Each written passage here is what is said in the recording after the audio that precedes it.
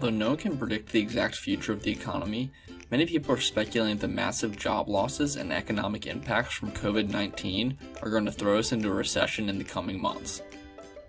I personally believe that trying to predict short-term changes in the economy is not a great idea, but that doesn't mean that you can't take steps to prepare for a worst-case scenario. You can never be too prepared when it comes to your personal finances, especially in a time as volatile as we are in right now. In this video, we're going to talk through 5 things that you can be doing right now to prepare for the economy to take a turn for the worst.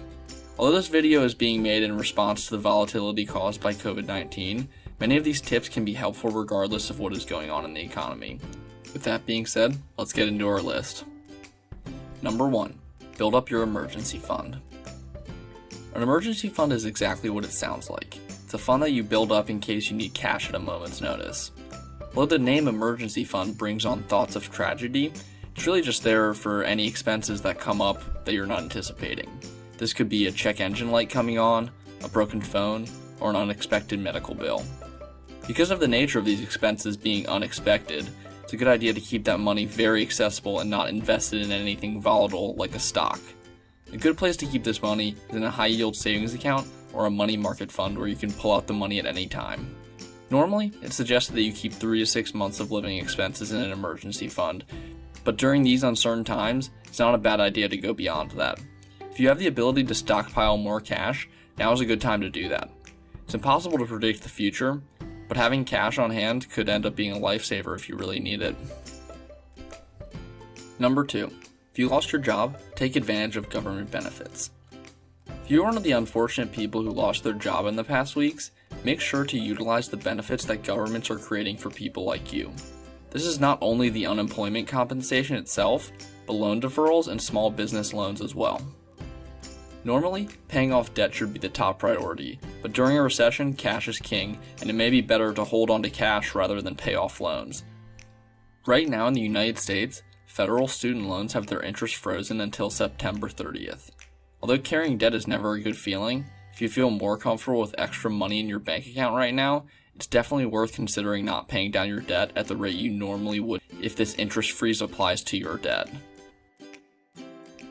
If you're enjoying these videos, please take the time to like the video, subscribe to the channel, and leave a comment with your thoughts on the video.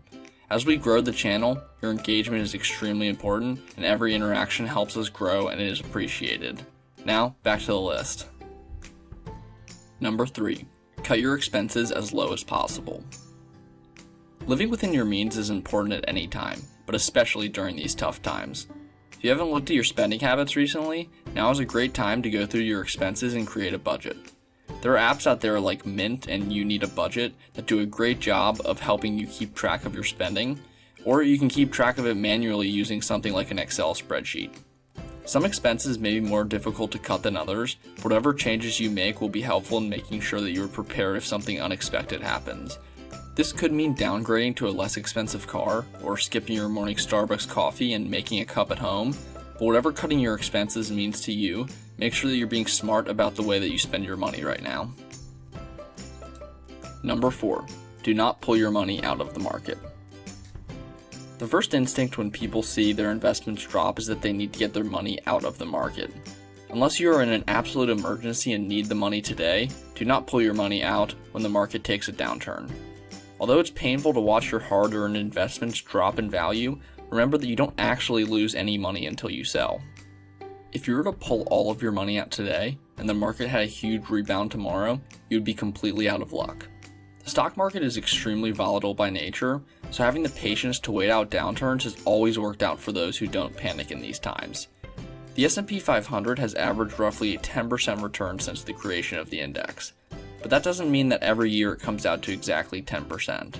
Predicting the ups and downs of the market is a near impossible task, so if you want to enjoy the great years for the market, you have to be prepared to wait out the downturn years as well. Number 5. Keep investing if you can. If you are lucky enough to be financially secure right now, this can be an amazing opportunity to invest in broad market indexes at a steep discount.